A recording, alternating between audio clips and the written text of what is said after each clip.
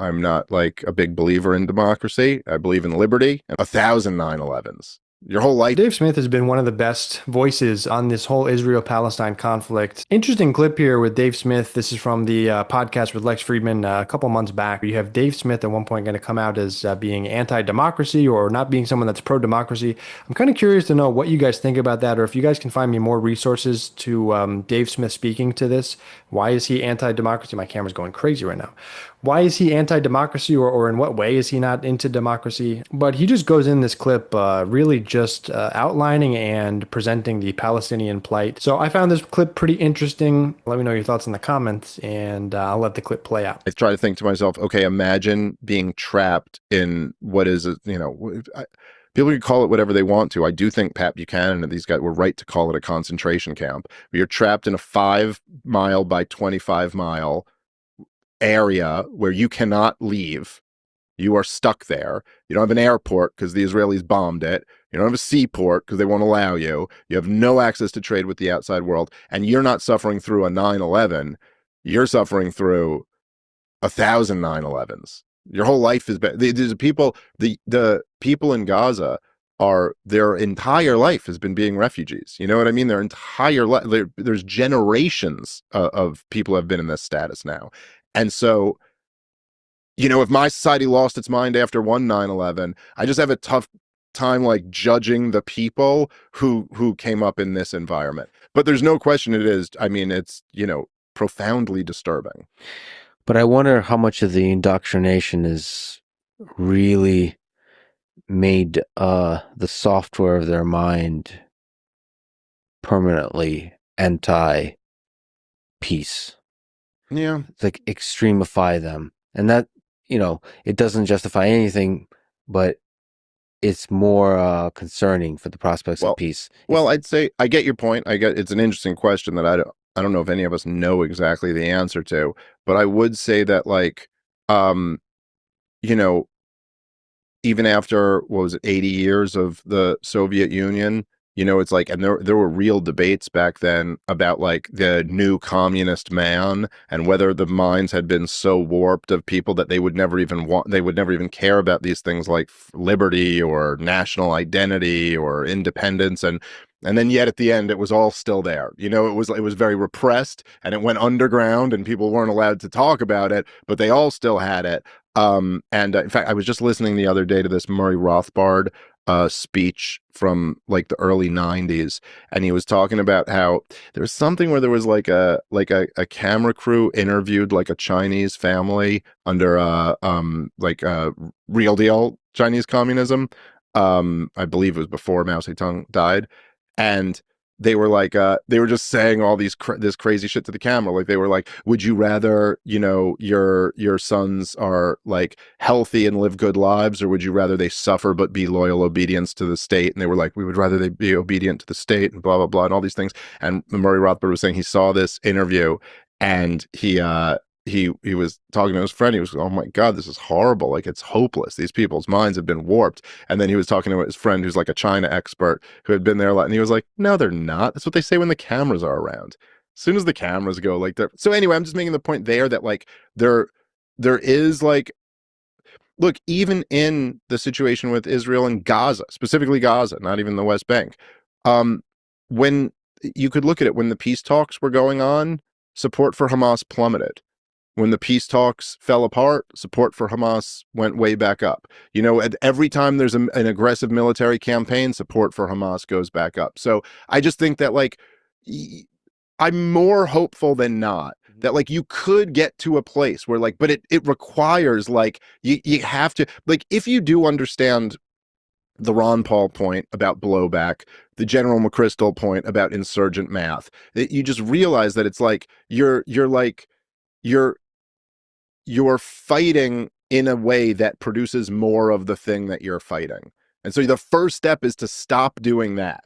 Like your cure is making the patient more sick. So stop doing that. And then let's see if maybe we could heal. Now, what about the case against the Douglas Murray case of the death cults, and that a fundamental part of this process, Hamas needs to be eliminated? Well, I mean, first of all, I would just say that, and I'm not saying this as a fan of democracy. I'm not like a big believer in democracy. I believe in liberty, and I think democracy is often um, not in line with liberty. The Chinese government paid you to say that as well? Or? That's literally Exactly. all I had to get out on It's this, a plug. but I get to say that what I want the rest of the Okay, podcast. great, But there's just great. that I had. That No, I don't. Well, no. I mean, my beef with the Chinese government would not be that they don't hold regular elections. My beef with them would be that they silence surveillance? speech, Oh, that they put people in camps and things like that, the surveillance, that stuff. I think. Look, when you call Israel a democracy, which I guess is right in the title of his book. And I, full disclosure, I haven't read the book, but I have listened to some of his thoughts on this stuff. I think you run up against a real problem, which is that the creation of the state of Israel, even though he tried to walk away from those comments, as Norm Finkelstein called out Benny Morris for writing in his book 1948, which is a great book. His words were, the Zionist project always knew it was going to involve transfer. That was Benny Morris's words. Now, when Finkelstein was grilling him on this on your podcast, he kind of said like, yeah, but that doesn't mean ethnic cleansing. That could be voluntary transfer. That, you know what I mean? Like, but the point is, the Zionist settlers, and they spoke about this openly, they all knew they had a major problem, which is like, well, you can't create a Jewish state if it's like 50-50, which is, and in all of Israel, it was much less than 50-50, but even in like the Israeli portion of the partition recommendation, it was very close to 50-50. Now, you can't really have a Jewish state with a 50-50 voter base, because now you're just kind of in a breeding war for the next generation, and or who turns out the vote any more than we could hope. It would be the prospect right now of making America an official Republican state or an official Democrat state. Well, how are you going to do that, man? It's like 50-50 between the two. And so I think what Benny Morris was saying was that they always knew some of these Arabs are going to have to get moved out of here so that we could have more of something, which ultimately where they got to like an 80-20, which is pretty much what Israel's maintained the whole time. Now, Benny Morris could quarrel about whether that necessarily meant voluntary, but when it happened, it wasn't voluntary, okay? So, like, when it actually happened in effect, it involved a massive amount, somewhere between 700 and 800,000 Arabs being forcefully evicted out of this area. Now, that's one thing. A lot of nations are started on some things like that. I suppose if you just did that, and then you were left with your 80-20 split, and you go, but we have elections from here on out, I guess you could claim it's a democracy. Still seems like kind of gaming the democratic system a little bit. You know what I mean? Like if I just deported 80% of Democrats and then say, look, Republicans win every election, you might be like, yeah, dude, but you didn't exactly get there democratically. You got there through force. But forget that. I'll let that one go and just say, I'll call you a democracy if you just kept being a democracy like that moving forward. The real problem is the occupation that starts in 1967. Because look, when you've occupied an area since 1967, you can't even really call it an occupation anymore. It's an annexation. You took these lands. You have control that. You are what the definition of the government is. And you could call Hamas the government all you want to, but they're not the sovereigns. They're not the final decision makers. Israel's the final decision maker. Hamas does not meaningfully in any way decide the biggest questions about Gaza. I'm talking before this war, not even, pre-October 7th.